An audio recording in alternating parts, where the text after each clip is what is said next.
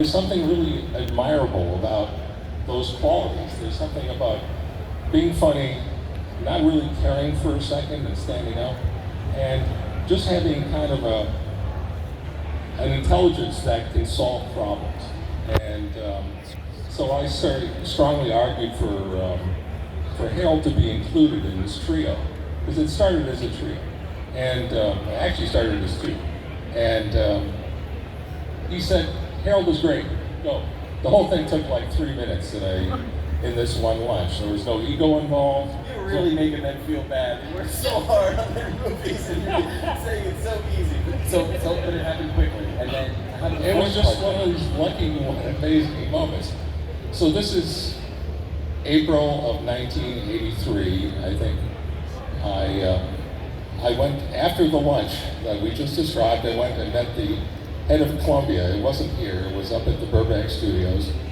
And I really met with only him and the head of publicity.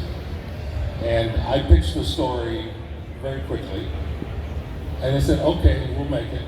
And he said, how much? I said, Stripes had cost $10 million back when we made it. And I thought, well, this is more complicated than Stripes. It's got special effects and ghosts and things. I said 30. I didn't know the number. I just pulled it out of my head. And they said, okay. I hope they're listening here because it was really different. And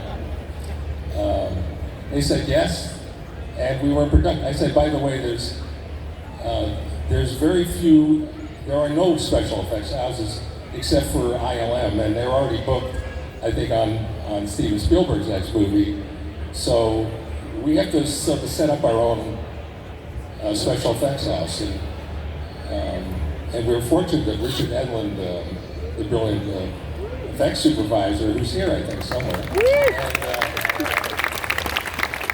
we basically put him in business. Columbia put him in business. They gave him, I think they advanced $5 million of our $30 million budget. And he started, and he set up the company while we were writing the script. And, I forgot to tell you, there was no script. During this pitch meeting, there was no script. And Lord man over us, man. Hey, I'm just getting my just desserts.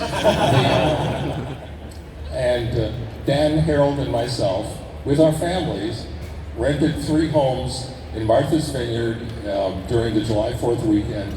This is for 2 weeks, the last week of June, first week of July of 1983, and wrote basically the movie that you're seeing. And it was pretty good. It wasn't great, but it seemed to make a lot of sense and had most of the big sequences that are in the film right now. Well, talking about bringing in Ernie Hudson as the 4th Ghostbuster.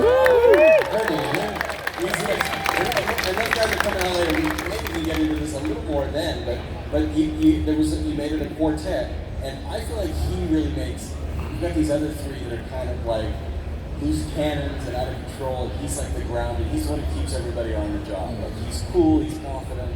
We realized in the writing that we needed a character who spoke for the audience, who all these kind of geniuses were explaining things to, who didn't come from science and came from a sort of a different kind of life, and who became sort of the most practical person in the film and sort of to get things done. And that's how the Ernie Hudson character came about. But it took a few months for us to get there. I think it happened some point in August or even September.